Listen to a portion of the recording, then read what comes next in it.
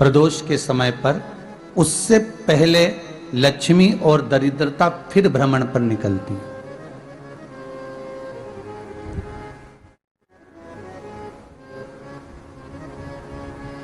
शिव भ्रमण कर कर जब वापिस आ जाते हैं, हिंदू धर्म में पीपल के वृक्ष की जो गणना वराह पुराण में करी गई है, 4 बजे से 7 बजे तक शिव के भ्रमण का समय बताया है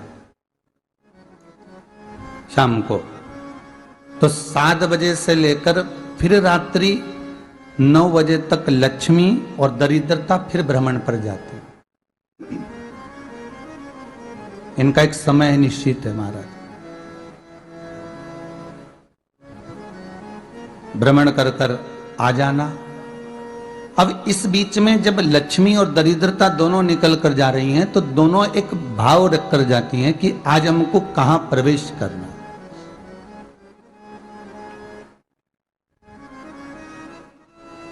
आज हमें किस जगह पर प्रवेश करना है, आज हमें कहां पहुंचना है, आज हमें किस जगह जाना है। और जिस नगर में जिस मार्ग से लक्ष्मी और दरिद्रता निकल कर जाती है, ये दोनों का जब निकलना होता है, इनको स्थान दिया गया जहां पर स्वच्छता हो, घर के दरवाजे पर रंगोली डली हुई हो, द्वार पर जल छीटा गया हो। महाराज, उस द्वार पर लक्ष्मी प्रवेश करती है तो दरिद्रता भी जाने लगती है अंदर। जब दरिद्रता अंदर जाने लगती है तो लक्ष्मी उसको रोक देती है। पहले मैं देखकर आती हूं कि तेरे लिए स्थान है कि नहीं है, तू यहां रुक।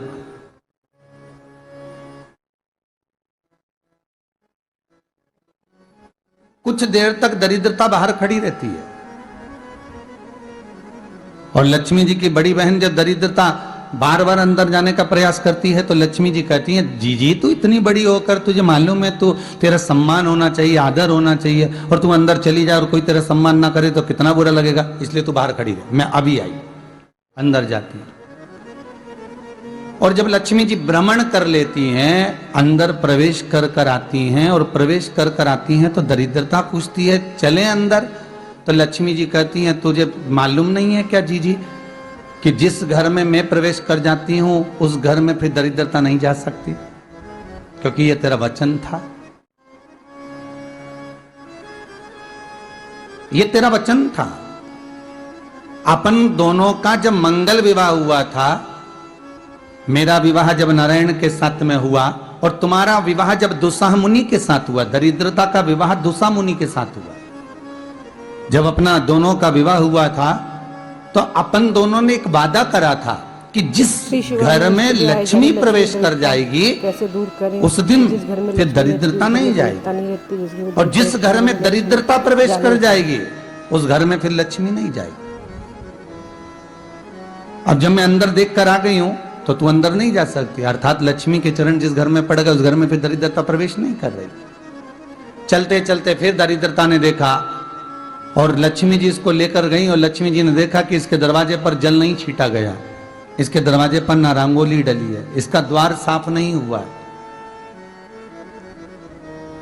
इसके द्वार पर दीप नहीं है, इसके द्वार पर कलश नहीं है, इसके दरवाजे पर ढेर सारा कचरा पड़ा हुआ है, कोई स्वान कोई कुत्ता गंदगी भी कर कर चला गया है, कहीं बिल्ली ने गंदगी कर रखी है, कहीं जीवों ने कुछ गंदा गिरा रखा है।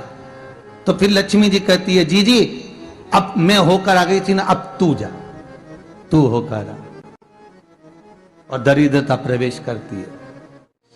तो अंदर जाकर क्या देखती है दरिद्रता कि इतनी सवेरे से मैं घूमने इनके दरवाजे पर आई और ये तो सब चादर तान के चकाचक गुर्राटा भर भर कर सो रहे हैं। तो दरिद्रता कह देती है, तुम्हारा भाग्य ही बेकार है, तुम्हें क्या करूं, तुम ऐसे ही सोते रहो। और दरिद्रता गुस्से में बाहर निकल कर आती है, लक्ष्मी से कहती है, लक्ष्मी तू इसके घर में जाना ही मत ही। तो दरिद्रता को कहती है, जी तेरी बात नहीं मानूंगी क्या मैं? लक्ष्मी जी बोली, मैं तेरी बात नहीं मानूंगी, बिल्कुल नहीं जाऊंगी इसके घर में, तू चिंता मत कर, चल आगे चले। फिर आगे बढ़े। ये लक्ष्मी और दरिद्रता का प्रवेश है। आपके घर का द्वार आपके घर का दरवाजा। फिर निवेदन करूंगा एक बहुत सुंदर बात, हमें महाराष्ट्र से सीखना चाहिए, हमें साउथ से सीखना चाहिए, दक्षिण से। जिस समय पर भक्ति देवी यमुना जी के घाट पर रो रही थी अपने पुत्र ज्ञान और वैराग्य को गोदी में लेकर, समय देवऋषि नारद ने एक प्रश्न किया था कि तुम कहां पर पोषित हुई हो, तुम्हें ऊर्जा कहां से प्राप्त हुई? तो कहा मैं गुजरात से तो चली हूं। और वहां से चलती चलती भक्ति देवी कहती है मैं बहुत दुखी होकर, बूढ़ी होकर, द्रवित होकर, बड़ी दुख में वहां से चलते चलते जब मैं महाराष्ट्र में पहुंची तो मैंने वहां जाकर देखा कि वहां पर लोग हर पल हर घड़ी ब्रह्म मुहूर्त में उठकर स्मरण करते हैं, नाम जाप करते हैं और दरवाजे पर जल छीट कर रंगोली डालते हैं। तो कह रही है कि वहां पर मैं थोड़ी अवस्थावान होने लगी, वहां मुझे अच्छा लगने लगा।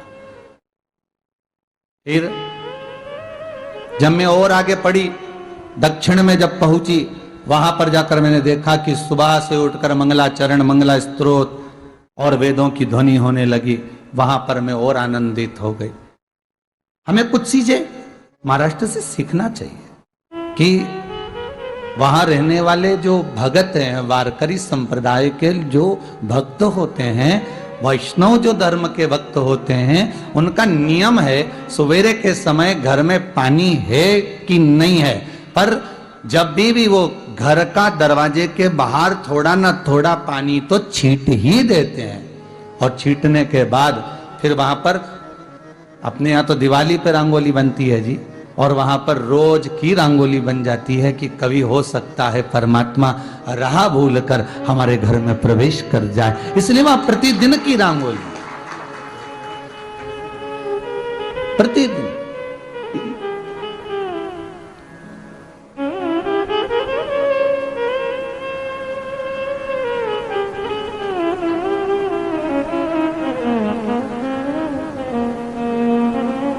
हमें सीखना चाहिए थोड़ा सा।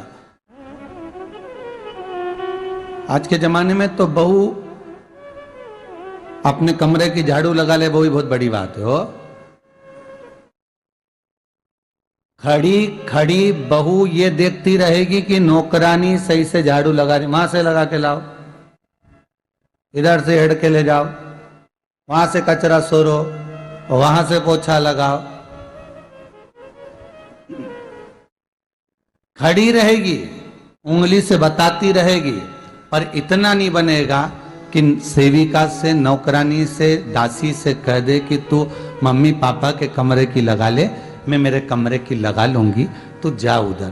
थोड़ा दया का भाव अगर होता तो उसके मन में भी आता कि मेरी बड़ी सेठानी तो अपनी जगह पर है, पर छोटी तो सेठानी की भी बड़ी सेठानी है जो मुझ पर करुणा करती रहती है। पर बड़ी तो कहे कि बेटा रहने दे, तू उधर ले जा, जब भाभी के कमरे में देख ले जा, उसके बच्चों का बड़ा फैलारा रहता ना, तू उधर देख ले जा, तो जरा उधर, मां उधर भेज रही है।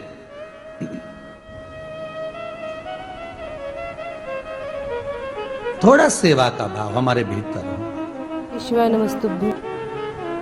और एक निवेदन तो हमेशा करा है और अब आज भी करता हूं, पूरे घर की सफाई करवाओ, पूरे घर में तुम पोछा झाड़ू जो चाहे करवाओ, मना नहीं है। पर एक निवेदन है, रसोई घर के अंदर बहू और बेटी ही जाकर भोजन बनाए तो अन्नपूर्णा सदा कृपा करती है महाराज। बहू और बेटी ही।